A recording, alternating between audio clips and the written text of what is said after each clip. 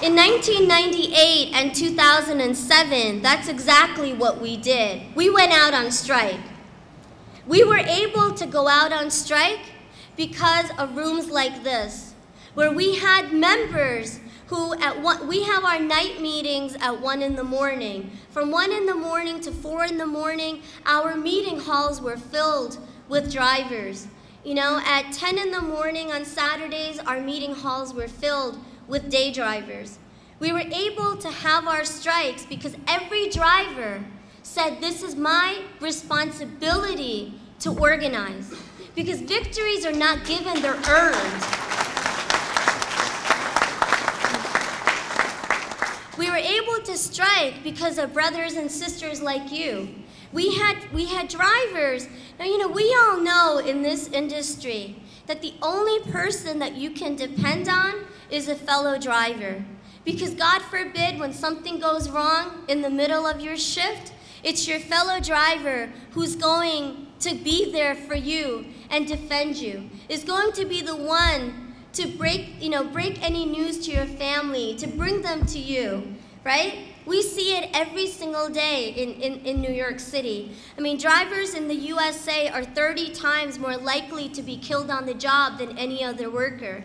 And in New York City itself, we've had many, very violent incidents against our members.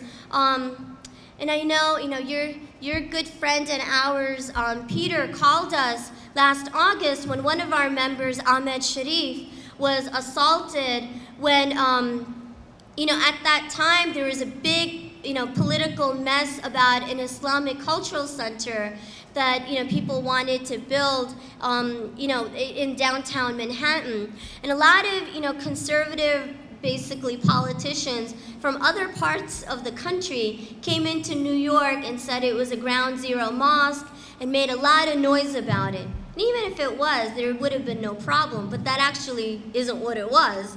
So in the middle of that, while the politicians got to stand behind the microphone and say a lot of things, but they remain protected, we said it's the workers on the street that suffer when that language, the political language, gets too hot and heavy.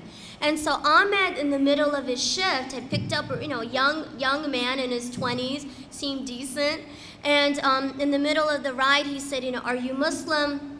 Started to ask him many questions, and then before he knew it, this young guy took out a knife and he slashed Ahmed across the neck. Thank God, Ahmed is fine and he's recovering, but it was a very traumatic experience.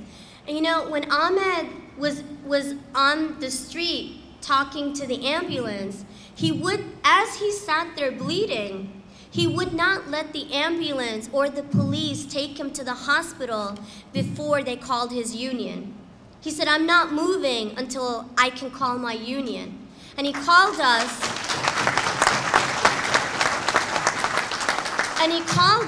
and we went to the hospital, and after that, we held a big press conference, hundreds of us, and since that time, after that day, because, our members at the time, we were fighting for the Taxi Driver Protection Act. We could have made the decision to say, make this press conference, make this moment about the Taxi Driver Protection Act. But instead, we said we want to talk about the fact that our Muslim brothers and sisters in this country are under great attack. That there is no reason for anyone to feel the vulnerability and the fear that our brothers and sisters were feeling in those days in particular. And so our members, we sacrificed, really, we put aside our specific campaign, and we made a press conference to talk about an end to anti-Muslim bigotry in New York City. We were able to do that really because of the courage of our members. And our members were able, I think, to see in that moment what was necessary, because we built a movement of unity through the years. So when we had our strikes, when we were organizing, we said to drivers, look around you. When you are in trouble, who stands up for you? It's this guy and this guy and this guy and this guy.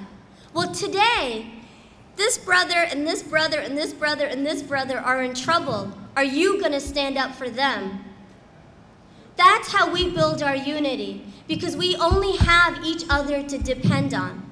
And what people started to do, because, drivers have great friendship circles, and so friends of like 4, 5, 10 people started to get together, where they would say, oh, we're all going to come together on strike day. We're going to go to, Javed's house. We're all going to bring our keys. We're going to put our keys in one box and store that box away. And, we're going to go to the park with our families, or we're going to go play cricket, after we go to the demonstration, of course, And that's how people started organizing. And people went to their friends' houses on the strike day and said, listen, I'm going to sacrifice and I'm going to strike today. You better be doing the same. And we build up that unity on our strike day in the same way that drivers depend on unity with each other every single day in order to survive the streets.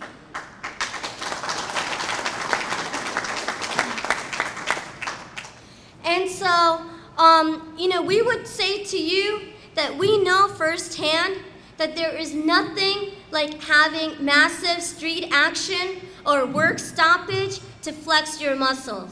And when you feel the need to stretch, go ahead and flex your muscles. Because you need to show the city that if you're not, sometimes in order for them to hear you, they need to not see you, if you know what I mean. Turn those engines off, and when you become invisible, sometimes is when you get heard the loudest. That's what that's what we've been able to do in New York. We depend on our members to go to their friends in order to build up our membership. When we have a demonstration, and if there's 500 drivers there, we know that each and every individual driver is representing minimum 10 other drivers. You know that. You know that from your own experience. For each one of your 700 plus members that has joined, you have a minimum 4, 5, some of you 10 friends that you know still need to be brought into the organization. Well, this is the moment, brothers and sisters. This is your moment to consolidate and build your membership base stronger. And in that process, as you build up your membership, you build up your unity, and that's how you can have massive action on the streets. That's how you can feel the confidence that you can go out on strike. Or you can shut down City Hall, or whatever the equivalency is in City Hall. Okay, the same name everywhere. That's how you can build up your confidence by building up that membership. Now, I have to say that one other person in the audience that's joining you tonight is Saeed Ahmed, who's also one of the founders.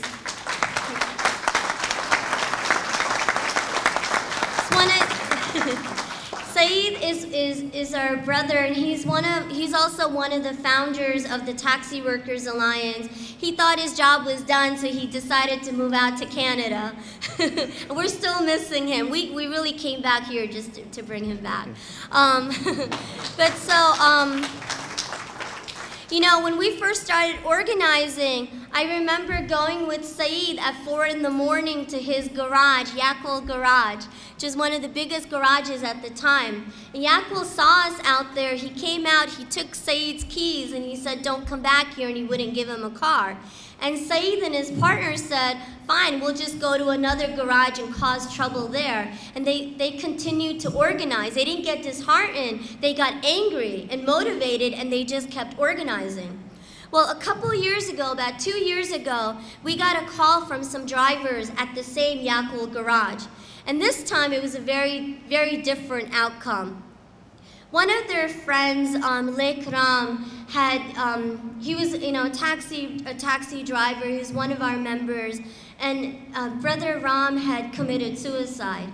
His friends could not find him. We didn't know where he was. And when they had found out, basically he had been in the cab, and he had left the cab on the highway, and he had taken his own life. His friends kept calling Yakwil saying, "Where is he? He hasn't come back after his shift. He's a night driver. And where is he? We want to know that he's okay." And Yakwil wouldn't do anything. And he said, "Well, I found the car," and that's all Yakwil cared about. Now, we knew if the car was missing, he would have filed a police report. But when the driver is missing, he doesn't care, because he already got his lease money. That's all he really cared about. So, his friends, after they had found what had happened to this brother, his friends came to see us at the union, and we went in to talk to Yakwil. We basically got Yakwil to pay for all of the funeral and make a donation to the family. And we organized the funeral where the organizing committee members had come out.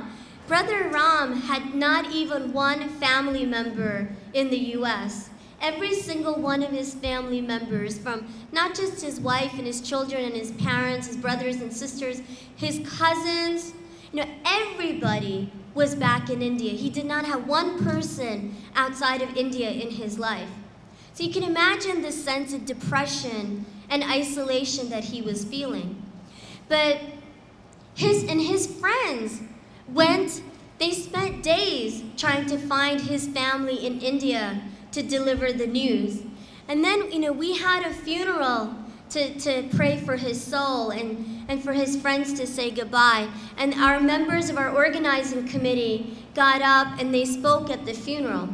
For each person that got up, they said, "Brothers, I'm a driver like you, and I know I'm an immigrant like you. I know what it means to not have family in this country, and what it means to be isolated, and what it means to see when our fellow brothers or sisters are in trouble."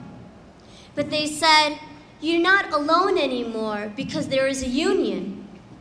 I think that taxi drivers, more than anybody else, really understands the value of an organization. And whether it's an association or a union, as Brother Ijaz said, really our goal is the same, which is to build unity so we can have power. And we need power in order to make changes. And in this society, any society, you can build power really only two ways. You can do it with money, or you can do it with people. I'm pretty sure we don't have the money. But I'm also even more sure we've got the people.